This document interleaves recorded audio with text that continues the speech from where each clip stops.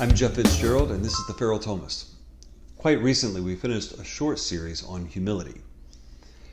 And so we're going to be gearing up now for a longer series of shorter videos on the works of mercy, beginning with the corporal and then moving to the spiritual.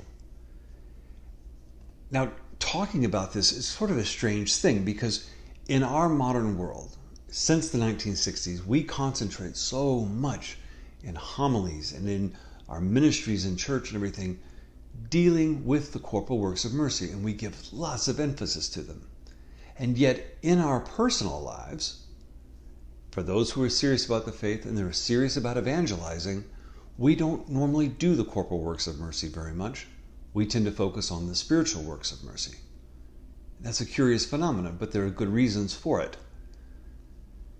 So in that series, first thing we're going to look at is, since these works of mercy are part of discipleship, how does discipleship relate to religion? How does it relate to the formal aspect, we might say, of the faith?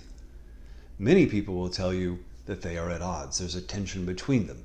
In fact, many people will tell you, even within the Catholic Church, that we need to dispense with the religion, dispense with all these other things and focus on discipleship. And nothing could be further from the truth. These are not in tension, and we need to understand why so we can see how all the parts fit together. Then in the second step, we'll examine what do we mean by works of mercy? What are they? Do we even really know what mercy is? Not some Gandhi definition, but a real definition. Something that holds up. Something that meets the criteria across the board, and not just make us feel good like we just received a greeting card in the mail. And then lastly, we'll hit and break out each of the works of mercy, beginning with corporal, then going to the spiritual. And within each of those, we'll be able to look at not only what they are and what's going on there in the activity as well as in us internally, but we're also going to look and see what we can come up with about specific things we can be doing. Because the corporal works of mercy are explicitly commanded by our blessed Lord, particularly, for example, in the Gospel of Matthew. So we don't really have a choice in this matter. But if I go and look up ideas on how to feed the hungry, let's say, and I go to the U.S. Conference of Catholic Bishops website, I'm basically going to be suggested to serve in a soup kitchen, give to a food bank, and then elect politicians who are going to advocate for the same. That's not really feeding the poor at all. Isn't there more that can be done at a simpler day-to-day regular level? Surely there's more to it than policy. And there is.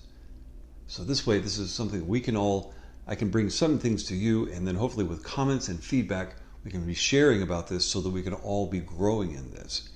And then with regard to the spiritual works of mercy, something we're all a little more comfortable with if you've been evangelizing for any time at all, to be able to really understand the effects of what we're doing on our spiritual lives and how our spiritual lives are feeding into that in a very concrete way that leads to our holiness by utilizing the gifts that God has given us in particular, in our particular lives.